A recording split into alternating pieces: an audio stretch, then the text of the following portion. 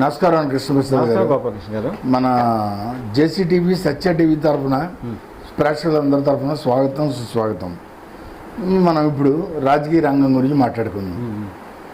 ఈ రాజకీయ రంగం మాట్లాడుకునే ముందు మన భారతదేశం యొక్క రాజకీయ చరిత్రలో అంటే ప్రజాస్వామిక దేశం అని మనం అత్యంత ఎక్కువ జనాభా కలిగిన ప్రజాస్వామిక దేశంలో మనది ప్రప్రథమం.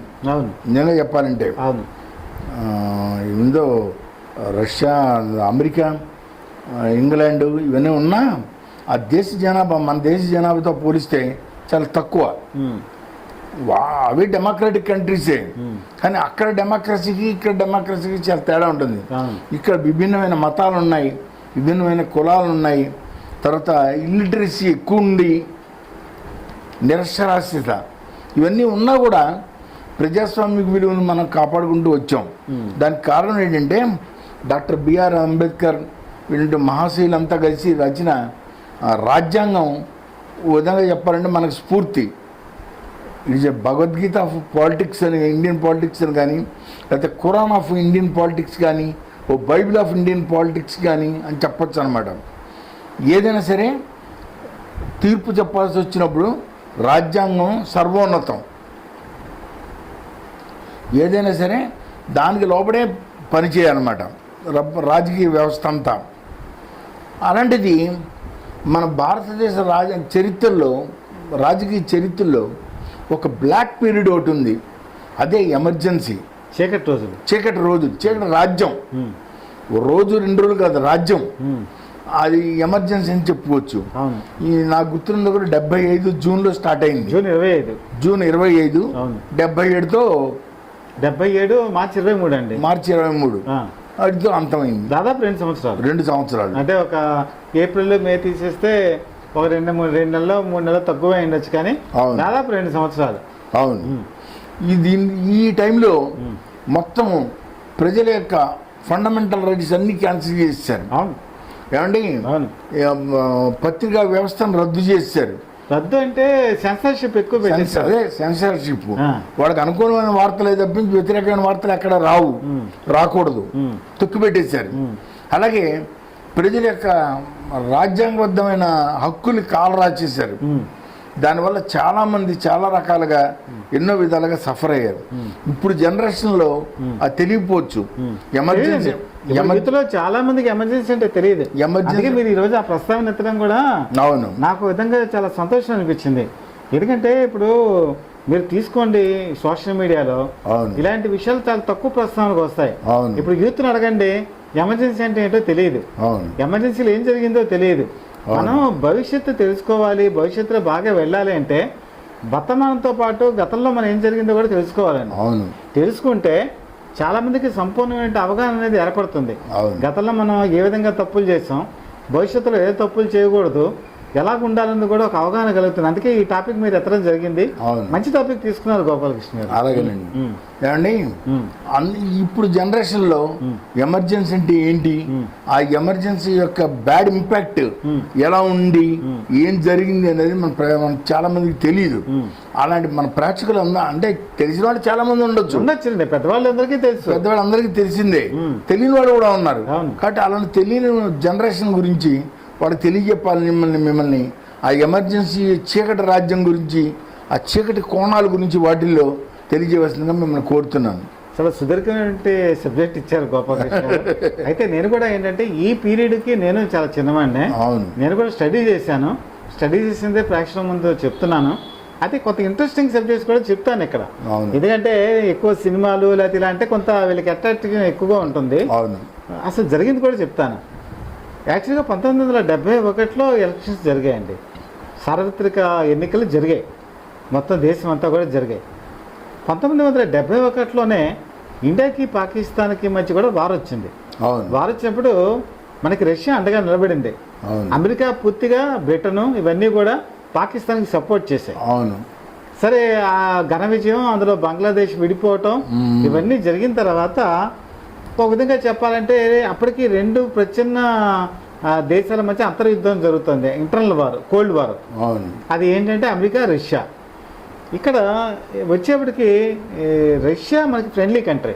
1971 వార్లో కూడా రష్యా మనకి చాలా కోఆపరేట్ చేసింది. అవును. ఎందుకంటే శ్రీలంక మీద నుంచి న్యూక్లియర్ వెపన్స్ షిప్స్ ప్రవేశపెడదామని చెప్పి అమెరికా బ్రిటన్ నౌకలు బయలుదేరాయి. అవునవును. బయలుదేరితే వీళ్ళు కూడా న్యూక్లియర్ వెపన్స్తో ఉన్నటువంటి దాన్ని శ్రీలంక దగ్గర అడ్డుపెట్టారు షిప్స్ని.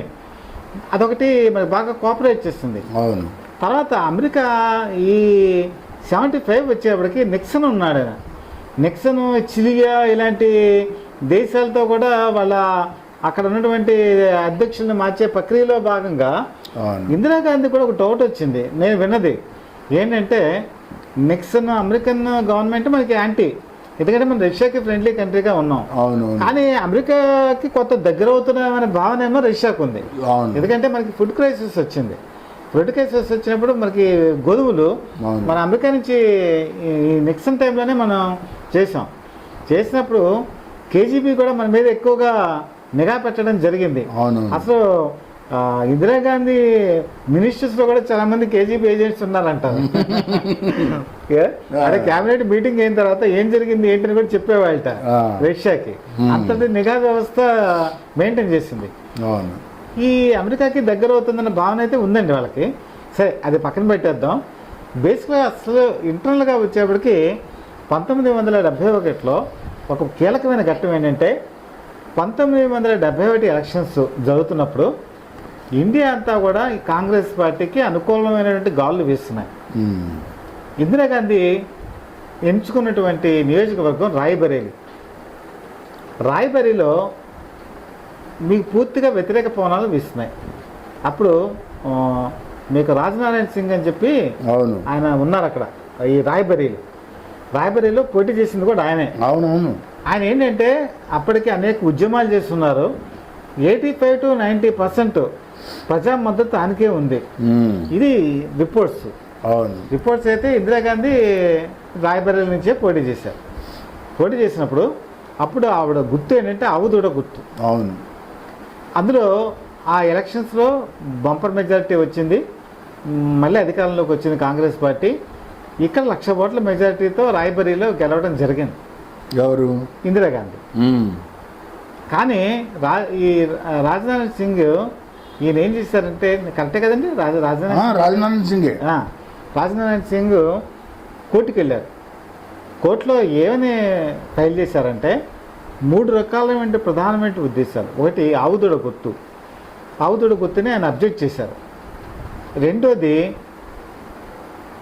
గవర్నమెంట్ అధికారుల్ని ఎలక్షన్ క్యాంపెయిన్కి ఇందిరాగాంధీ ఉపయోగించుకున్నారని రెండో ఎలిగేషన్. మూడోది డబ్బు ప్రభావం. ఓటర్ల లిస్టు తీసుకొని ఆ ఓటర్ లిస్టు ప్రకారం డబ్బులు పంచిపెట్టారని మూడో ఆరోపణ. ఇప్పుడు అయితే కామన్ అనుకోండి, ఇప్పుడు ఎవరు పట్టించుకోరు. ఇప్పుడు ఓటుకి డబ్బులు ఇవ్వకపోతే నోటే ప్రజలే ఆందోళన చేసే పరిస్థితికి వచ్చిందేమో.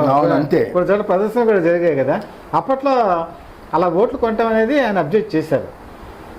ఇది ఫస్ట్ ఎవరు పట్టించుకోలేదండి, ఫస్ట్ పెద్ద పట్టించుకోలే. కానీ 1977లో హైకోర్టు నుంచి అనూహ్యమైనటువంటి తీర్పు వచ్చింది. ఏంటంటే ఇందులో అక్రమాలకి ఇందిరాగాంధీ పాల్పడ్డారు, ఆవిడ ఎన్నిక చెల్లదు అని చెప్పేసి హైకోర్టు తీర్పు ఇచ్చింది. అలహాబాద్ హైకోర్టు ఇచ్చిందండి. ఇచ్చిన తర్వాత జనరల్గా మీకు ఏంటంటే ఏ పార్టీ అయినా ఎక్కడైనా గవర్నమెంట్ అధికారంలో ఉన్నప్పుడు సుప్రీంకోర్టుకి వెళ్తారు. సుప్రీంకోర్టుకి వెళ్ళారు.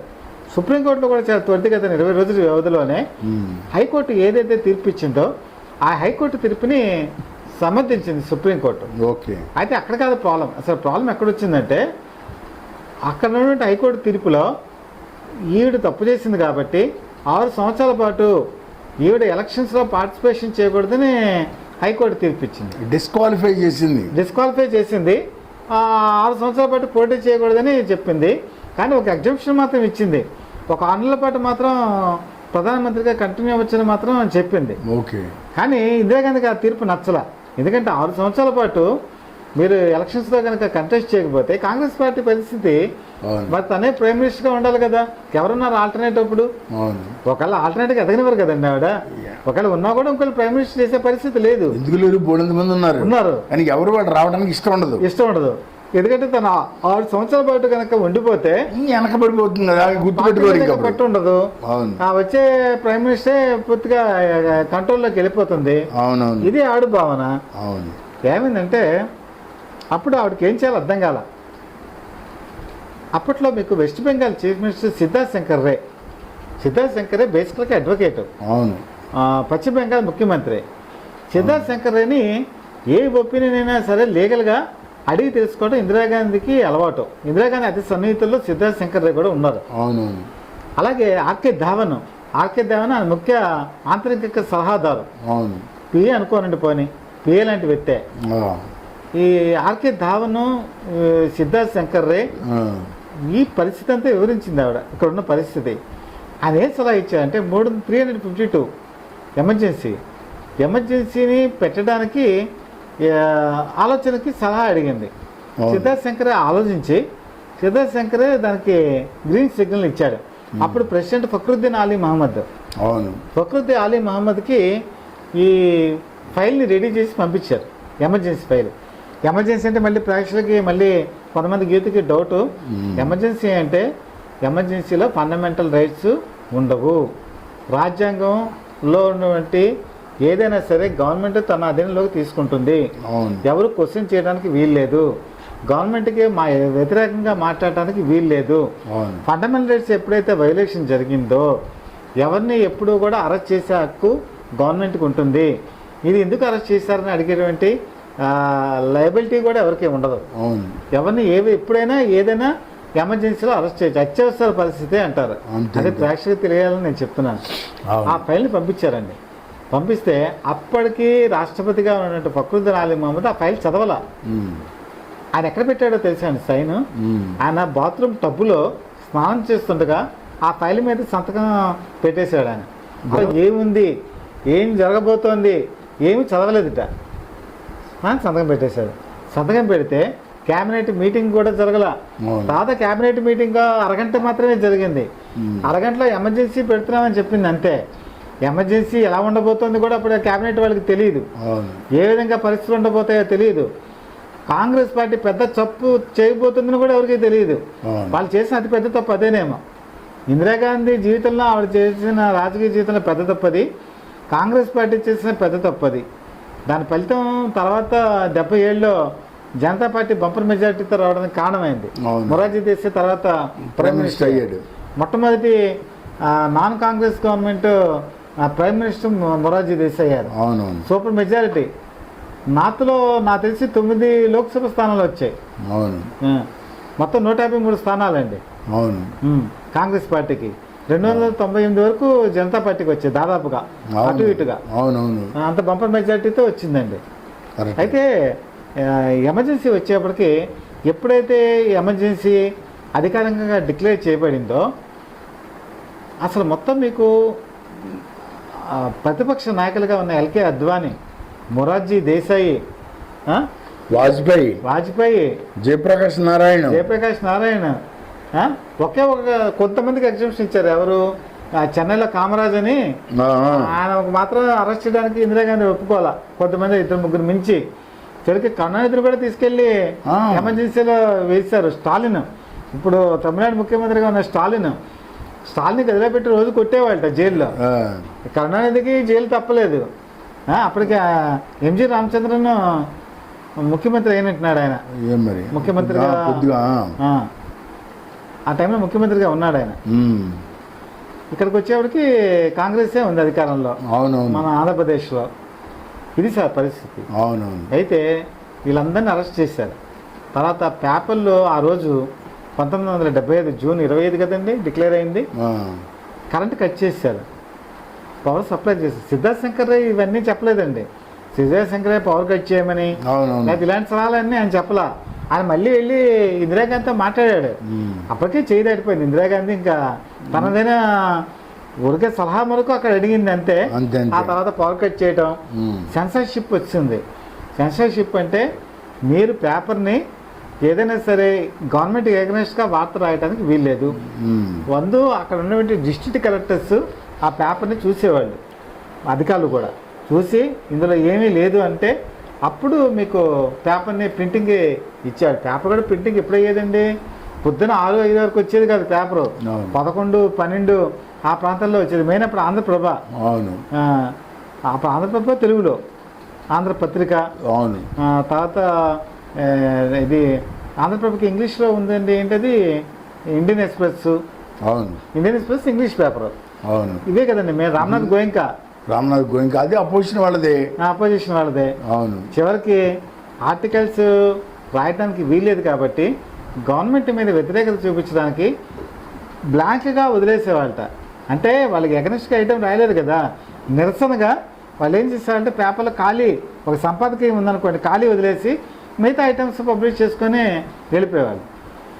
ఇలాగా అన్నిటికంటే ముఖ్యంగా ఈ కుటుంబ నియంత్రణ ఆపరేషన్ అండి. అవును, సంజయ్ గాంధీ ఇక్కడ బాగా వెలుగులోకి వచ్చాడు. సంజయ్ గాంధీ కూడా చాలా యాక్టివ్గా పనిచేశాడు. ఎమర్జెన్సీ రాజ్యాంగేతర శక్తి కింద ప్రవర్తించాడు. నేను వినదండి, 8.3 మిలియన్ల మందికి కుటుంబ నియంత్రణ ఆపరేషన్లు చేయించారు. వాళ్ళు కుటుంబ నియంత్రణ ఆపరేషన్ ఎవరు చేస్తారు చెప్పండి? ఎందుకని చేశారు కుటుంబ నియంత్రణ ఆపరేషన్ అంటే, దేశ జనాభా పెరగకుండా కుటుంబ నియంత్రణ ఆపరేషన్ చేశారు. ఆపరేషన్ అంటే ఎవరు చేయించుకుంటారండి? పిల్లయి ముగ్గురు పిల్లలు ఉన్నవాళ్ళు వాళ్ళు కుటుంబ నియంత్రణ ఆపరేషన్లు చేయించాలి. ఈ లెక్క చూపించడానికి అధికారులు 18 సంవత్సరాలు ఉన్న వాళ్ళ దగ్గర నుంచి 70 సంవత్సరాలకు ఉన్న వాళ్ళ వరకు ఎవరు కనపడితే వాళ్ళని తీసుకెళ్ళిపోయి కుటుంబ నియంత్రణ ఆపరేషన్ చేసేవారు. చేస్తే కొంతమంది ఎవరైనా పెళ్లి కాలేదు నన్ను వదిలేయండి అని కూడా వదిలిపెట్టేవాళ్ళు కాదు. తర్వాత కొంతమంది కుటుంబ నియంత్రణ ఆపరేషన్ చేయించుకున్న వాళ్ళు కూడా తీసుకెళ్ళి మళ్ళీ చేయించారు లెక్కకి. చేయిస్తే మేము ఆపరేషన్ చేయించుకున్నామని ఏడ్చినా కూడా వాళ్ళు వినేవాళ్ళు కాదు. కొంతమంది 2 సార్లు ఆపరేషన్ చేయించుకొని వికటించి చనిపోయిన వాళ్ళు కూడా ఉన్నారు. నేను అప్పట్లో రిక్షా పులర్స్ ఉండేవాళ్ళు, రిక్షా పులర్స్ని పట్టుకెళ్ళిపోయేవాళ్ళు.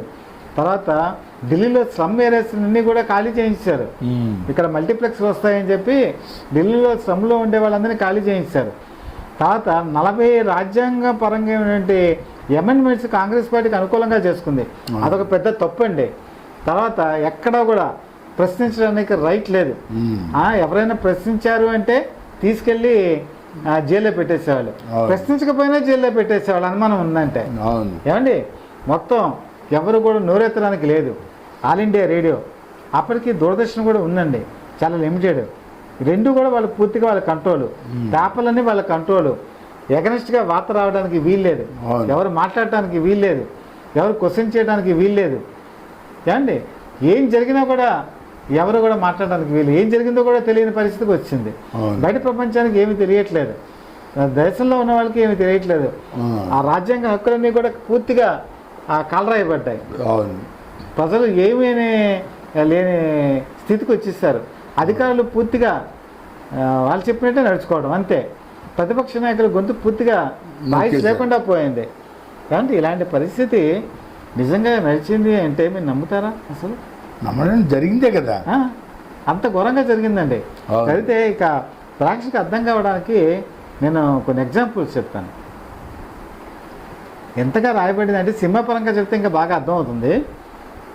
కిషోర్ కుమార్ అండి, కిషోర్ కుమార్ ప్లేబ్యాక్ సింగర్. అప్పటికి బ్రహ్మాండమైన పాటలు పాడుతున్నాడు ఆయన. పాటలు పాడుతుంటే సంజయ్ గాంధీ ఢిల్లీలో ముంబైలోనో ఈ 2 చోట్ల ఏదో చోట ఒక ఈవెంట్ జరిగింది. ముంబైలో ఈవెంట్ జరిగినప్పుడు అప్పుడు అమితాబ్ బచ్చన్ ఇందిరాగాంధీకి బాగా సన్నిహితుడు. వీళ్ళందరూ కూడా వచ్చారు. కానీ దాంట్లో పార్టిసిపేషన్ చేయమంటే కిషోర్ కుమార్ పార్టిసిపేషన్ చేయలే. అప్పట్లో సమాచార శాఖ మంత్రి విసి శుక్లా. ఎప్పుడైతే ఇతను రాలేదో వాళ్ళు ఏం చేశారో తెలుసా అండి, ఆల్ ఇండియా రేడియోలో కానీ దూరదర్శన్లో కానీ ఇతని పాటలు వినిపించకూడదని చెప్పేసి ఏం పెట్టారంటే, ఇతను పాడే పాటలు అసభ్యంగా ఉన్నాయి, ఈ ప్రజలు వినటానికి బాగుండదు అని చెప్పేసి ఒకే ఒక కారణం చెప్పి ఈ రెండింటిలోనే టెలికాస్ట్ చేయడం మానేశారండి. మానేటమే కాదండి, మీకు ఎక్కడ గ్రామ్ఫోన్ రికార్డులో కిషోర్ కుమార్ సాంగ్స్ అమ్మడానికి వీల్లేదు. మీకు ఎక్కడైనా దొంగచాటుగా తీసుకెళ్ళి ఇంట్లో వింటమే తప్ప కిషోర్ కుమారు పాటలు ఎక్కడా కూడా మీకు వినిపించడం లేదు.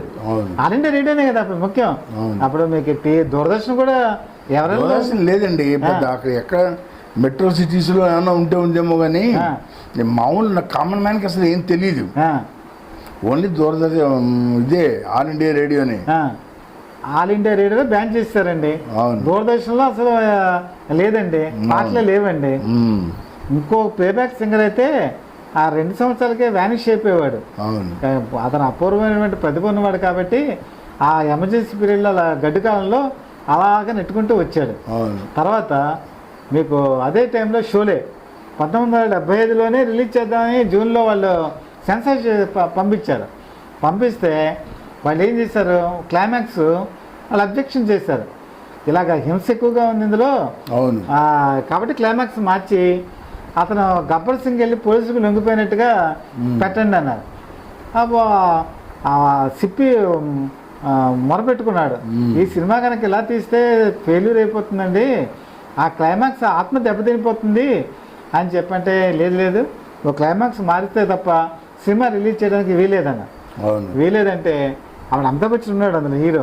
అమితాబ్ బచ్చన్ ఇందిరాగాంధీ సన్నిహితుడు కాబట్టి లాబింగ్ చేశారని చెప్తారు.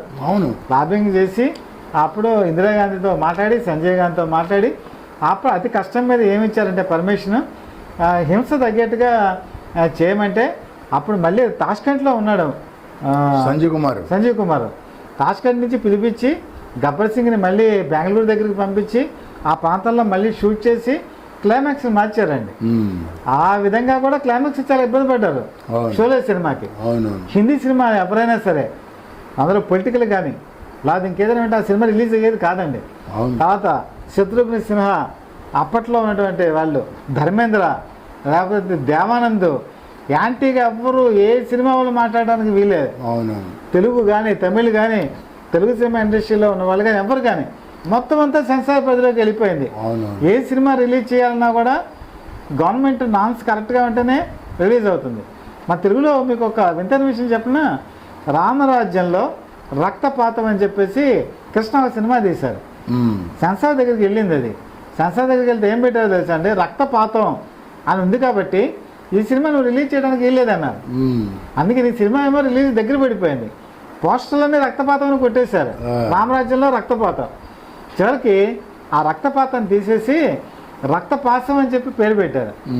చివరికి మళ్ళీ ఆ పోస్టర్లు పెట్టారు చివరికి తీసుకెళ్ళి. మీకు ఐడియా ఉంది గోపాలకృష్ణ గారు? రామరాజ్యంలో రక్తపాతానికి అబ్జెక్షన్ చేశారు. ఇంత ఘోరమైనటువంటి నియమ నిబంధనలు ఉండేవండి. అంటే సినిమా అంటే ఈరోజు ప్రేక్షకులకు అర్థమవుతుంది కాబట్టి. ఇంకా మీరు ఇంకా చూసుకుంటే ఫండమెంటల్ రైట్స్ ఎప్పుడు అయితే పోయాయో మీకు మొత్తం అంతా కూడా మీరు చెప్పినటువంటి చీకటి రాజ్యం వచ్చిందో ప్రజలు బెంబెలెత్తిపోయారండి. తర్వాత మీరు అన్నట్టు ధరల కంట్రోల్లో, ప్రైస్ కంట్రోల్లో అనేది లేకుండా పోయిందండి. సామాన్య ప్రజలు బతుకు కష్టతరం అయిపోయిందండి.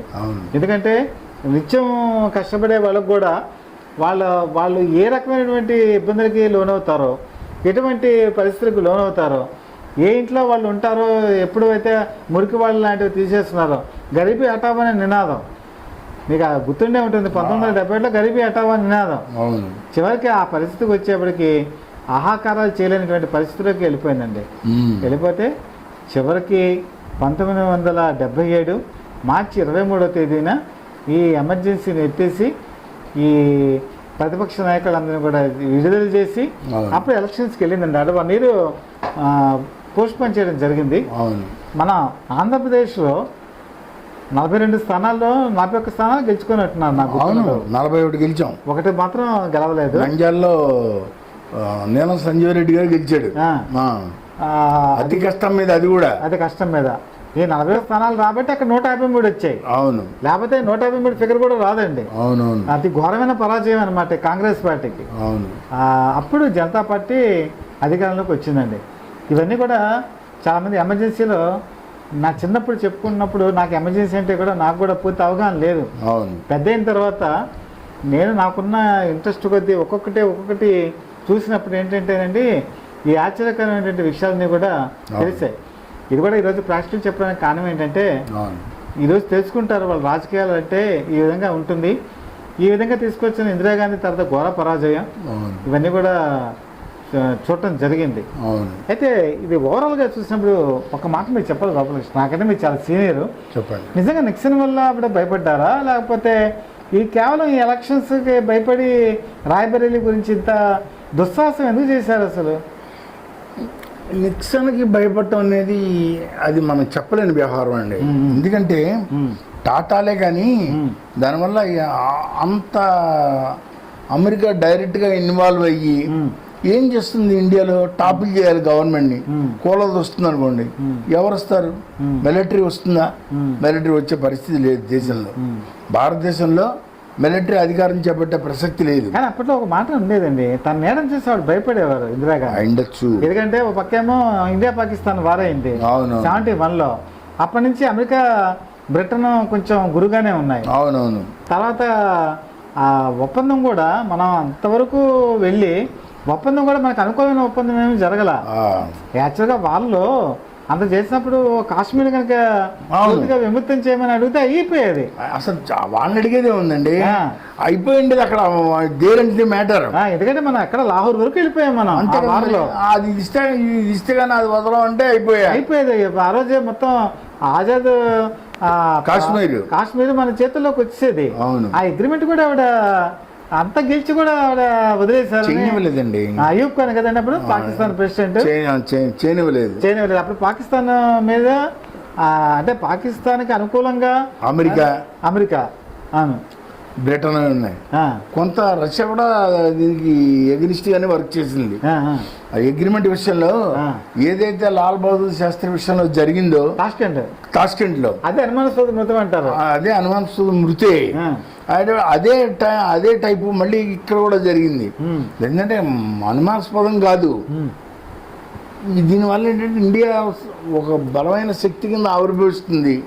ఆవిర్భవించనివ్వకూడదు అని చెప్పి ఏం చేయాలంటే, ఒక విధంగా చెప్పాలంటే ఇటు అమెరికా బ్రిటన్ ఇవన్నీ కంట్రీస్, అటు ఒక విధంగా రష్యాని చైనా కూడా ఇన్ఫ్లుయెన్స్ చేసింది. చైనా కూడా ఇన్ఫ్లుయెన్స్ చేసి రేపు ఇదే కన్నా జరిగితే రేపు ఇండియా ఇంకా బలమైన శక్తి కింద రూపొందుతుంది అని అప్పటి నుంచి ఉందండి ఐడియా. ఎందుకు ఉంటుంది, ఎందుకు ఉండదు, ఉంటుంది కదండి. 65లోనే కదా మనకి చైనాకి యుద్ధం జరిగింది, తుక్కు కింద ఓడిపోయాం మనం. అది దీనివల్ల ఎమర్జీ అవుతుంది, ఇండియా బలమైన శక్తి కింద జరగనివ్వకూడదు, పాకిస్తాన్ రూపురేఖ లేకుండా పోతుందనే ఉద్దేశంతో దీన్ని ఏంటో రానివ్వకుండా చేయాలని చెప్పి అనుకున్న ఘన విజయానికి తగినట్టయిన ఘనమైన ఒప్పందం కాదు అది, సాదాసీదా ఒప్పందం అంతే. అయితే మీరు అన్నట్టు నెక్స్ట్ విషయం పక్కన పెడితే సార్ రాయ్బరేలీ విషయం మరి అందుకే ఎమర్జెన్సీ అంటారా? అంతే, ఆవిడ యొక్క స్వార్థ ప్రయోజనాల గురించే ఎమర్జెన్సీ డిక్లేర్ చేశారండి. ఎందుకంటే మీరు చెప్పినట్టు రాజకీయాల్లో కనుమరుగైపోతుంది. 6 ఏళ్ళు అంటే సుదీర్ఘమైన కాలంలో కనుమరుగైపోతుంది. ఎవడో వస్తారు ప్రైమ్ మినిస్టర్, అయితే అప్పుడు ఆవిడ పట్టించుకునేది ఎవరు? అంతే కదా. అందుకని ఏంటంటే తన ప్రయోజనాలు, రాజకీయ ప్రయోజనాలను కాపాడుకోవడానికి అని చెప్పి ఆవిడ డిక్లేర్ చేసింది. కానీ 1977లో జరిగినటువంటి ఎలక్షన్స్లో ఇందిరాగాంధీ ఓడిపోయారు, సంజయ్ గాంధీ కూడా ఓడిపోయారు. అవును, అంతే కదా. పేరుకి ప్రైమ్ మినిస్టర్ ఇందిరాగాంధీ అయినా రాజ్యాంగేతర శక్తి కింద వర్క్ చేసింది సంజయ్ గాంధీ. ఆ రాజకీయ ఘనత అంతా కూడా సంజయ్ గాంధీదే. కాంగ్రెస్ ఓడిపోవడానికి వీటన్నిటికి కూడా అది విషయం. సంజయ్ గాంధీ కూడా చాలా బ్యాడ్ నేమ్ వచ్చింది, చాలా అలా ఇలా కాదు, చాలా వచ్చింది. అదండి, ఆయన ఎక్కడైనా రాష్ట్రానికి పర్యటనకు వచ్చినప్పుడు కూడా ఇందిరాగాంధీ కన్నా కూడా సంజయ్ గాంధీ అంటేనే భయపడేవాళ్ళు. అవును, భయపడేవాళ్ళు. ఎందుకంటే ఏ క్షణాన ఏ కోపం వస్తే తీసి పడేస్తాడు అని. అది యంగ్ టర్క్ అని కూడా పేరు ఉండేది. Young Turks. మన చంద్రశేఖర్ని తన ప్రైమ్ మినిస్టర్ చేసాడు చూసారా, వీళ్ళంతా యంగ్ టర్క్స్ లో ఒకప్పుడు పార్ట్ అండ్ పార్సలే.